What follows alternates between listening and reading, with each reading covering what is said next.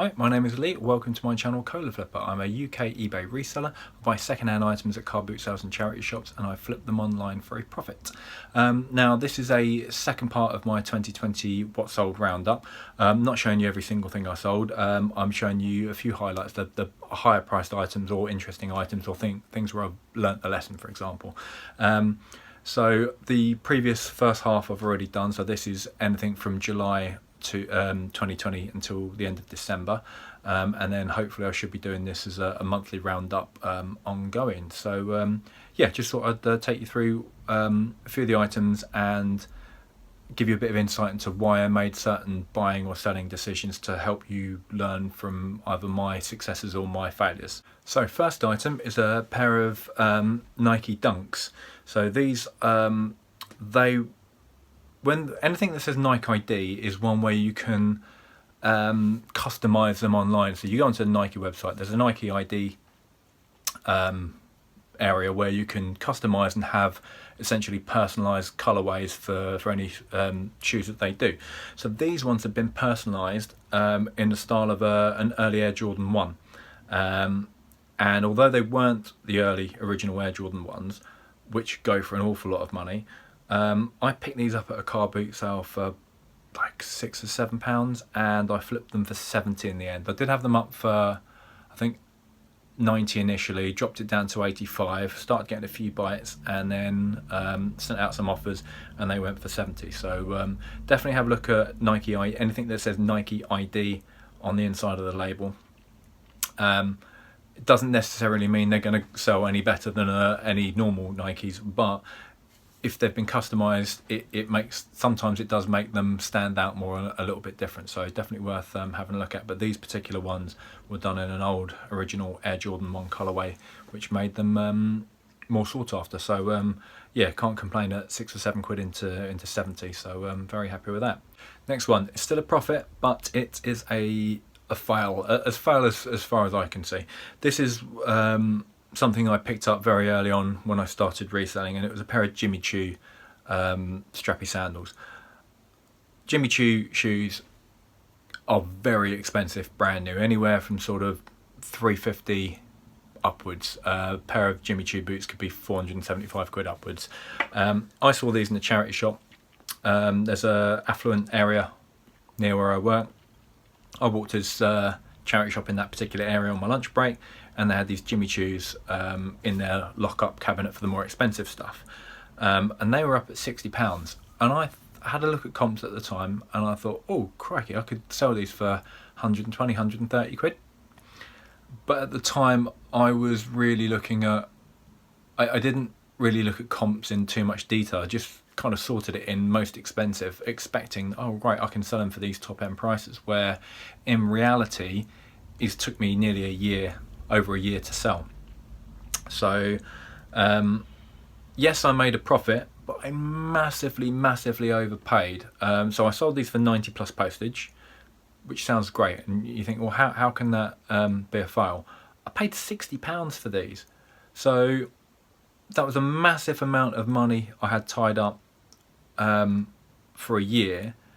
And that £60, that could have been, if I average spending £5 a pair of trainers, so all of a sudden you're looking at 12 pairs of trainers, and if I'm making £20 a pair of trainers, that's a big difference. Where here I've had £60 tied up, and it's taken me a year. And then so once you've taken off the fees, your £90, take off the fees, it's only about a £15 profit.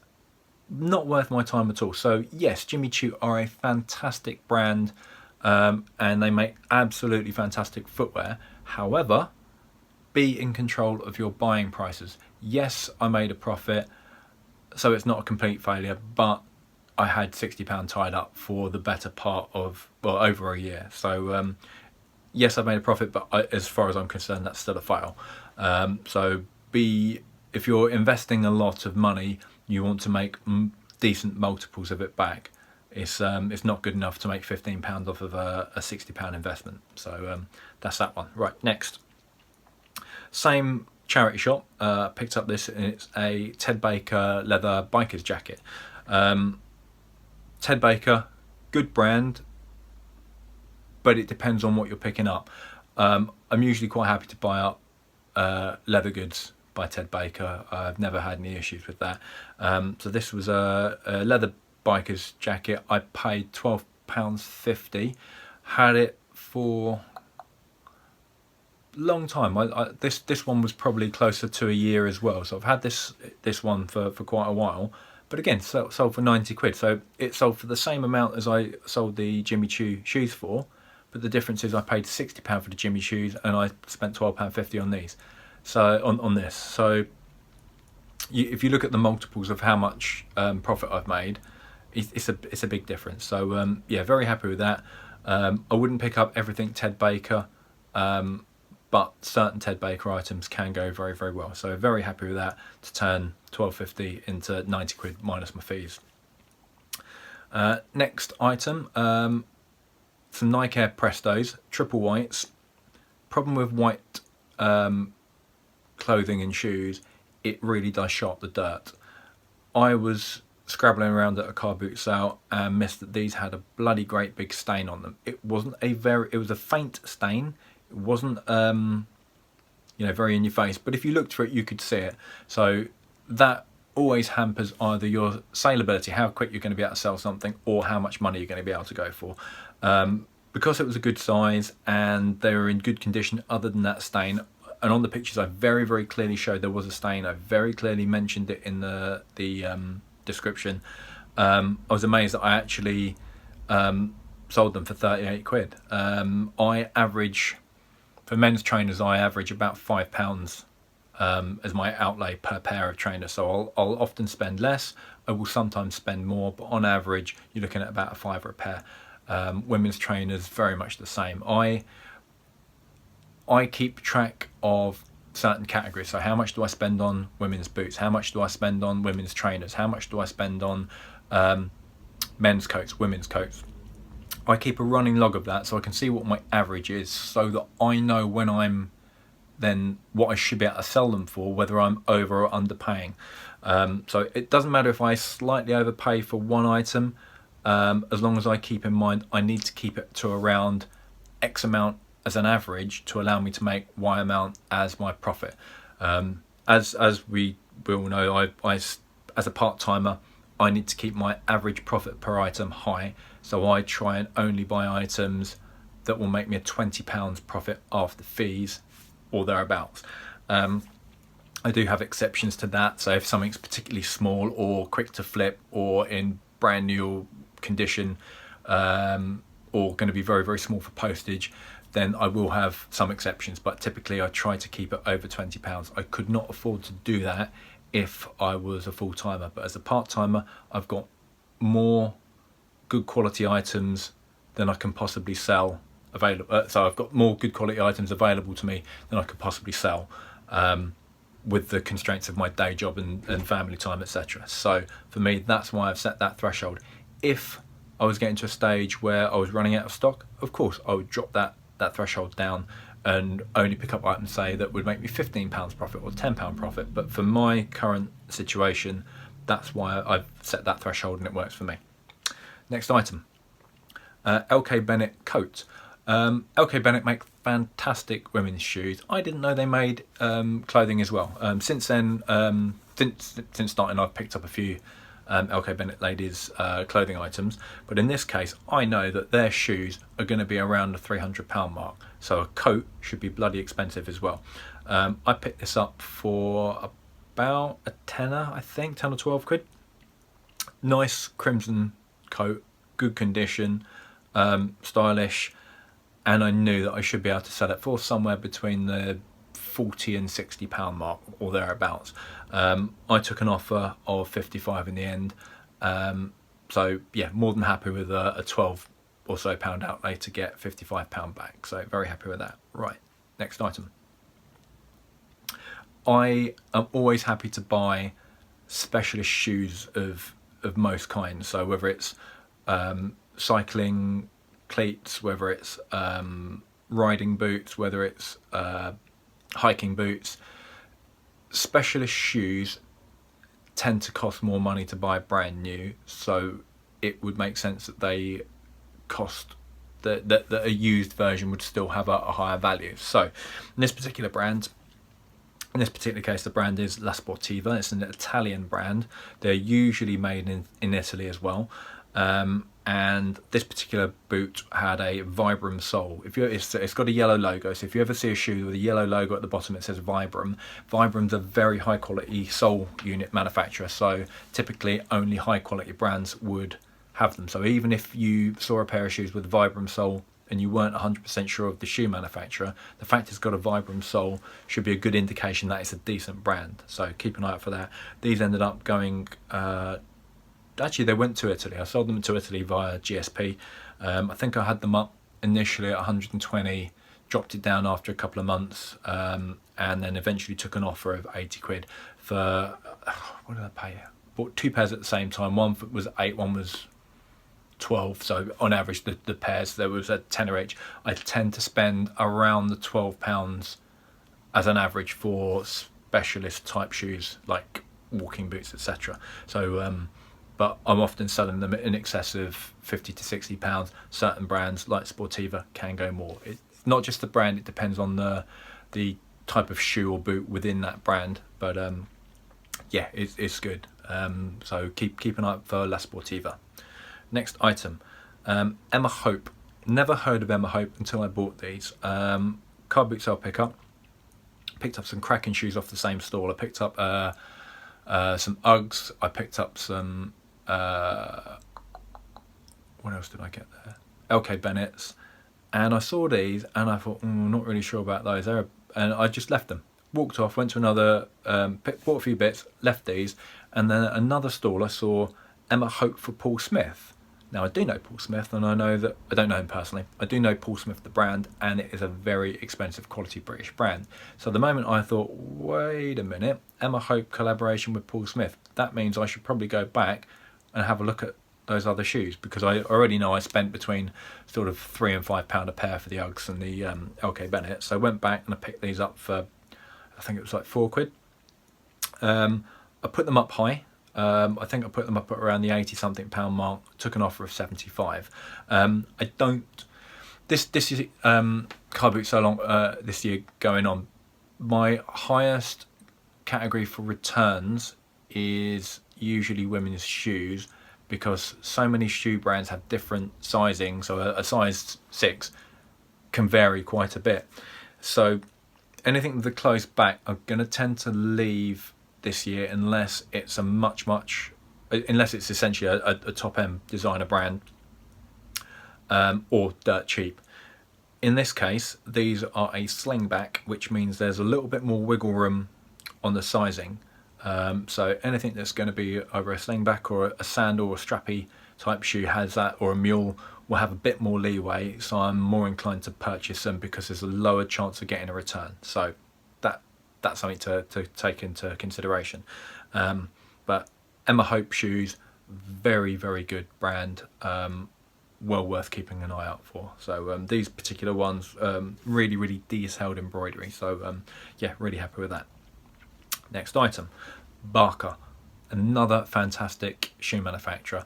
My dad has a pair of Barker shoes. I remember how much he spent on them when I was a youngster, and they're still fitting him and in good condition now, 20-something years later. Barker shoes are great. So if you ever see Barkers, they are a shoe that even if they've got worn out soles, they can be resold. They're a quality British shoe manufacturer, made in Northampton. Keep an eye out for them. In this particular case, it's a pair of women's brogues. Minimal use, very, very good condition. Just needed a light clean up, and any pair of shoes, always give them a good polish, because I want my stock to have the best possible chance of standing out above people who can't be bothered to polish them. I want the pictures to look good so my item stands out, and it means I either sell them faster or get a better price. So always make sure you present your items in a good light to maximise your profit and keep your speed of sale going. So I paid £4.50 or £4 in a charity shop, and yeah, flipped them for 60 in the end. I think, I've got a feeling these went overseas, but I be sure, can't remember on those exactly, but it was last autumn anyway. So next item, took a punt on this, something I wasn't 100% sure on, and it was a it's called a turbo trainer, and it's essentially something that attaches to your back wheel of a racing bike so that you can train indoors rather than out on the road. It's essentially like a magnetic resistance that you can, it's like turning your road bike into a spin bike. It allows you to train when your weather's not so great. They're quite expensive new. I picked this up at a car boot for, it's like 12 or 14 pounds. Now on eBay, because they're an awkward size and awkward shape, a lot of people will find that, or a lot of people don't bother to offer the postage option. They just put it's collection only because it's inconvenient, it's difficult to package up. And if that's the case, they seem to sell for £40, maybe £50 at a push. That's about it. With this, because I was confident I could pack it and post it out, I knew that I could get a higher price. Didn't know I could get quite this high. Went for 75 in the end, so really happy with that as a final sale price for a £12 outlay, 12 or £14 outlay. Now, I did have to Frankenbox this one, which if you haven't seen, I've got a Frankenboxing video. A glue gun is your friend if you're doing any Frankenboxing. It just really ensures that you've got a sturdy box when you're sending something awkward.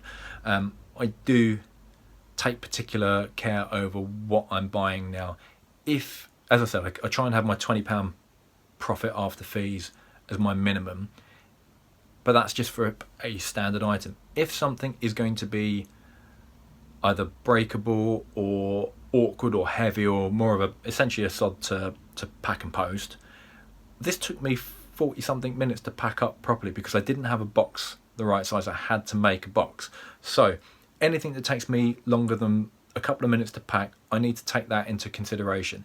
If I'm wasting time packing, I'm not listing, and you make your money listing. If I've spent 45 minutes packing this instead of 5 minutes, that could be 3, 4, 5 listings that I haven't done that evening. So that needs to pay for itself, so I need to make sure I can get more margin. In this case, £75, happy with the sale price on that.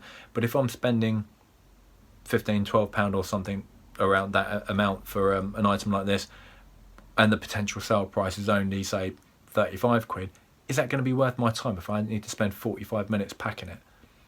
Look at your overall time. Make sure you're not wasting time and effort and storage space on stuff which is it's not enough margin for your time, effort and storage. So just keep that in mind when you're sourcing. Next item. Right, different charity shop. This was a Bernardo's, and I picked up some really good items in that particular Bernardo's, but they do price high. In this case, I bought, it was a Ralph Lauren Southwestern cardigan. I bought one before from another charity shop and flipped it because of the specific Southwestern design was quite in. I'd spent £5 and I'd flipped it for 205. This particular one, because I now keep an eye out for that sort of thing, it was 20 quid. £20 for a cardigan in a charity shop is a lot of money. I appreciate it's Ralph Lauren, but that's still quite a bit. It was massive as well. It was XXL. And I wasn't sure. And then I thought, you know what? I made so much money on the last one. I'll take a punt. If at the end of the day, okay, I might have £20 tied up in this for a while. The fact is I made so much money on the first Southwestern one that I'd already made the money for it. So why not take the punt? If I have to sit on it for a while, I have to sit on it for a while. I could afford to take that, the long-term view on this particular one. So paid up my 20 odd quid, cleaned it, made it look as presentable as I possibly could, listed it, and it did sit for a while. I can't remember exactly how long, but it was probably around six or 7 months. But I ended up, I think I put it up for 225 initially. Eventually I accepted an offer of 200 on it. More than happy with that. £20 out to make 200 back. It's a no-brainer, but it did mean I had to sit on a £20 investment for quite a while. So just weigh up your pros and cons. if I'm going to have invested some money for a long tail item, it needs to pay back considerably. And you can see how I made the mistake earlier on where we were talking about the Jimmy Choos. 60 quid to only get sell them for 90, it's a joke. What was I thinking? That was inexperience. But now I've got the experience that I have sold these before. I know what the potential returns are, therefore I could take the calculated risk. Use your experience, use my experience, use someone's experience. Just learn and make calculated decisions. Don't just go willy-nilly. It's good to have gut instinct, but this purchase was done off experience, and that counts for a lot. So use your experience, learn, make better decisions, make good buying decisions, make good selling decisions. You can't go wrong. Next item, fantastic. It took me back to my childhood. It was a Hitachi 3D Superwoofer boombox. Picked this up at a car boot. Can't remember exactly what I paid. It was 15 or 20 pounds. Big item, and I knew, having seen what some of the items, so similarly I've seen George Ross sell ones like this, I've seen Derek the Tap Peddler sell ones of this ilk, and when I was looking at it, the guy said, oh, it's got batteries in it, you can have a go. So right, he had a terrible tape in there, had a listen to it, it worked, radio worked, the cassettes seemed to be turning. I don't know whether they were in the belts were in fantastic condition, but they were working, and that set my mind at ease because he had batteries with him. You're not always going to have that opportunity. Even then, would I have taken the punt at 20 odd quid? Yes, because spares and repairs, I'm going to get my money back on it. It was worth the punt because I knew if it's working, I should be able to get 80, 85. I looked at, there was no exact comparables for this particular one, but there were other ones of the next model up or around that sort of thing for around anywhere between 120 and 150. I thought, let's go for it. Let's put it up for 150, and it sold for 135. Again, I think this went via GSP overseas. I can't remember where it went, but 15, 20 quid out to get 135 back. Cannot complain with that. Next item. Again, another pickup from Bernardo's. The same Bernardo's where I picked up the Ralph Lauren cardigan. Before we go on, Ralph Lauren. It's something that really gets my goat is when people call it Ralph Lauren. It's not Lauren like Sophia Loren. It's Lauren like the girl's name Lauren. So it's Ralph Lauren. That's it. That's all we need to know. Okay, next. Picked up a Yohji Yamamoto coat. Yohji Yamamoto, fantastic designer. This was, what did I pay? £15 for this. Number one, going through the coat rack, straight away as I felt it, before I even saw the name, I could feel it was like super fine, soft. So I had a look, cashmere. Then had a look inside, made in Italy. It was a weird one because it was an unlined coat. So the seams had linings, but there was a very unstructured coat. And then I saw the Yohji Yamamoto label. Yohji coats new, somewhere between £600 and £1,000. So as soon as I saw that, yoink, I'm having that. I think I had it up for £350 initially, just to see if I could get someone going for it. Dropped the price after a while. I think I then had it at £275 and took an offer of £250. That's flipping amazing. 250 quid out of a £15 outlay, cannot complain. And I don't sell, not every, I'm showing you the cream of the crop here. I don't sell every item at a high price, but as a part-timer, I do not rely on this as an income. Therefore, I can afford to be more picky. I only have a certain amount of time available to me, and I've got availability of decent quality stock. So I want to make my shop all killer, no filler. And it means that I do have a lot of donut days. I don't sell things every single day, but when they do sell, I'll often get, in a week, I'll get quite a few £50 plus sales. Then every now and again I'll get a £200 sale. It works out well. So I used to be quite anxious when I get a donut day and get a zero sale.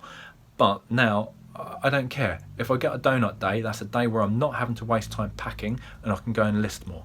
So I treat it as an opportunity to put more stuff in my shop, which will attract more people to buy stuff. So it ebbs and flows. I'll get good days, I'll get bad days, but I don't stress over a day where I don't make a sale. I used to, but I don't.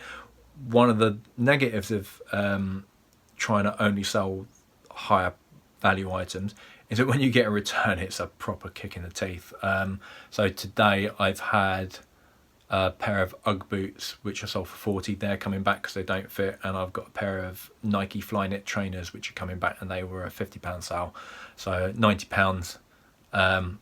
Once they get returned because they don't fit, that's £90 in refunds. So not so good there, but the benefits for me outweigh the negatives. So just again, as I'm not reliant on that income, I allow it to build up to a buffer before I use that money to reinvest. So yeah, anyway, next item.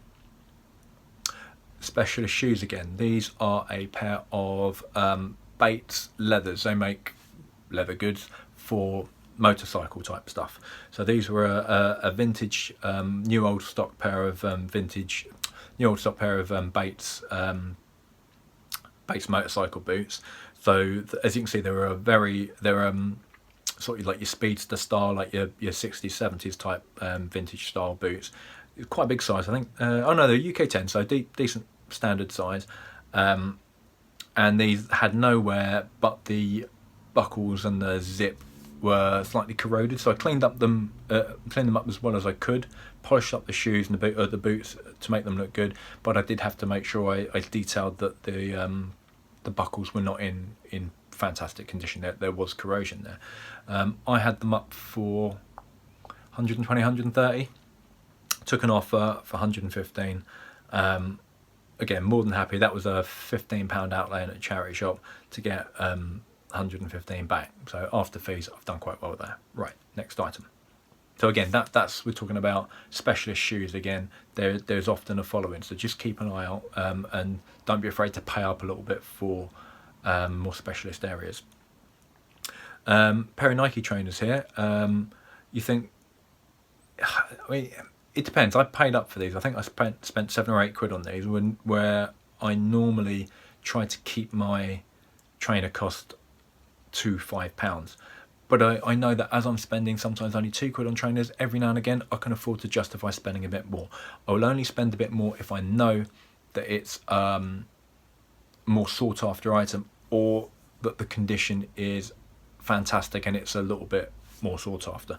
So in this particular case, it was a pair of Nike Internationalists, which I know have sold quite well before, and I believe they're not currently in production. So the only way of getting them is to get used ones. These were in excellent condition, and they were in a colourway which it was black on black, but there was almost like an animal print effect on the black leather. So again, it made it stand out a little bit. So I think I had these up for 65, took an offer of 50, more than happy with that. So again, I took a punt, paid a little bit more than I would normally do, but it was an educated, not an educated guess, it was a considered decision where I knew I should be able to sell it for more, just because of the condition and the style. Next item, football shirts. I do not know an awful lot about football shirts. I used to watch football, but haven't really watched it since university. I used to watch a lot of football. Now I couldn't tell you who plays for what team. Not a clue.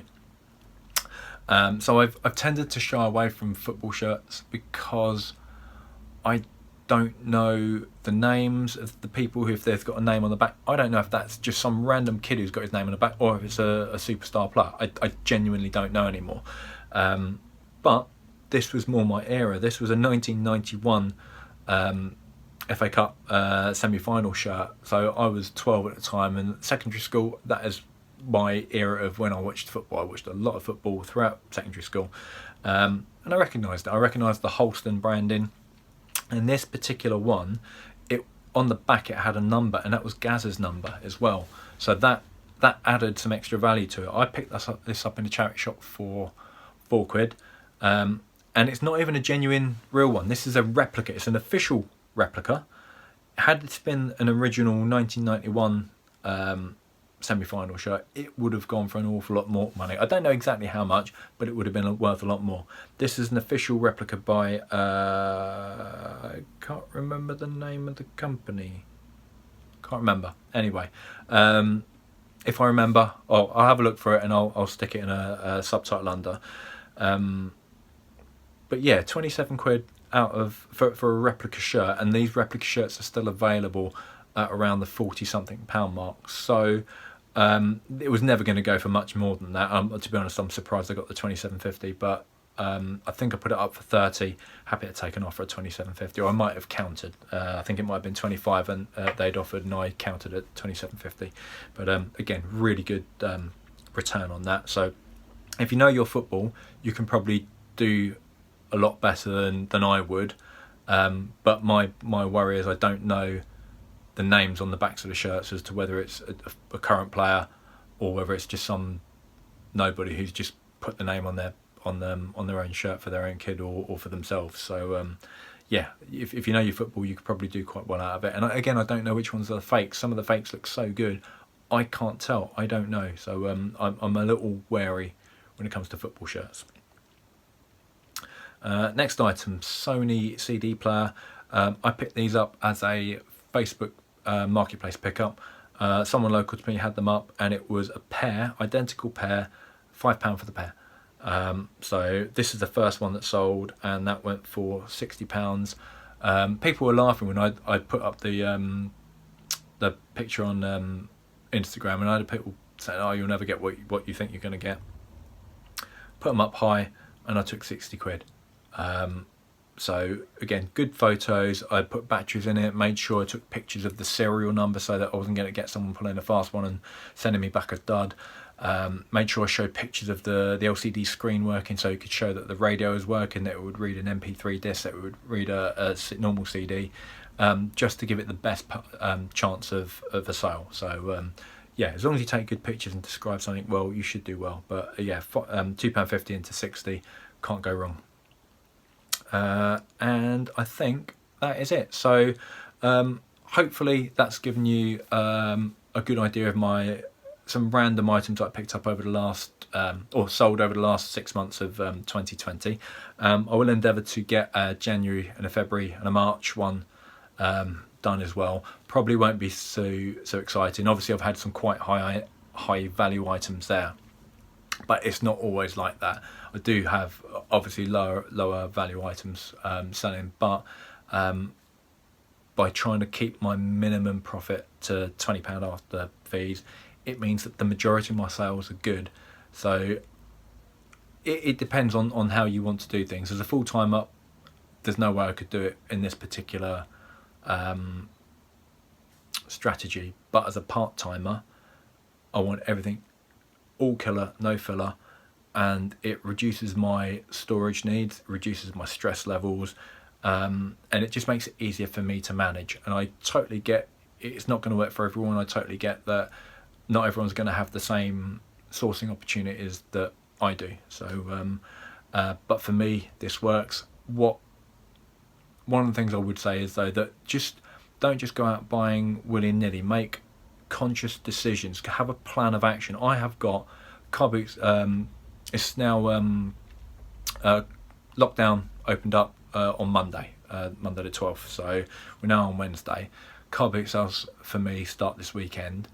I'm going in with a plan of action. I am going in knowing what my average cost is per item, what my average sale price is per item. I've done research on certain areas that I want to focus in, what brands sell, what items sell at certain price brackets, just so I can go in and make better buying decisions. Yes, I will still take a punt and use gut instinct, but I've educated my gut by spending time learning. This is an opportunity it's a new year. It's try to, if things haven't worked for you and you think you can do better, there's always, throughout life, there's always ways of improving what you're doing, and reselling can be part of that. If you want to do better, you need to make better buying and selling decisions, and that means you need to make conscious decisions. Don't just go and willy-nilly buying stuff because you see other people doing it. think about the process, and by being more conscious about what you're doing, you will evolve and you will make better decisions. Hopefully you will make more profit. So hopefully that's helped. Don't forget, I've got my Become a Better Reseller series, which I'm trying to put out a video weekly if I can, where I'll do a deep dive into a specific area. So far we've looked at women's jeans and we've looked at glass paperweights. Who knew that glass paperweights could sell for 200 quid? Who knew that some pairs of women's jeans were 200, 300, 400 pounds each new? By familiarising ourselves with certain brands, it means that we've got more chance of picking up that bolo. So I'll continue to do that. If you haven't already subscribed, please do. If you have already subscribed, I've been notified that a few people are not getting my new videos up in their feed. So if you want to make sure you're picking up my videos, apparently you need to unsubscribe and resubscribe, or try flicking on the alert bell. I only put out one video a week if you're lucky, maybe two if you're really lucky. But with a full-time job, family, house to renovate, and business to run, I'm struggling with one a week, so I'm not gonna be filling up your inbox or whatever. So thank you for watching. Hopefully that's been interesting and useful, maybe, or at worst vaguely entertaining. So thank you for watching. I shall see you next time. If you've got any comments or anything you'd like to add, please put it in the comments, and a thumbs up would be greatly appreciated. I shall see you next time.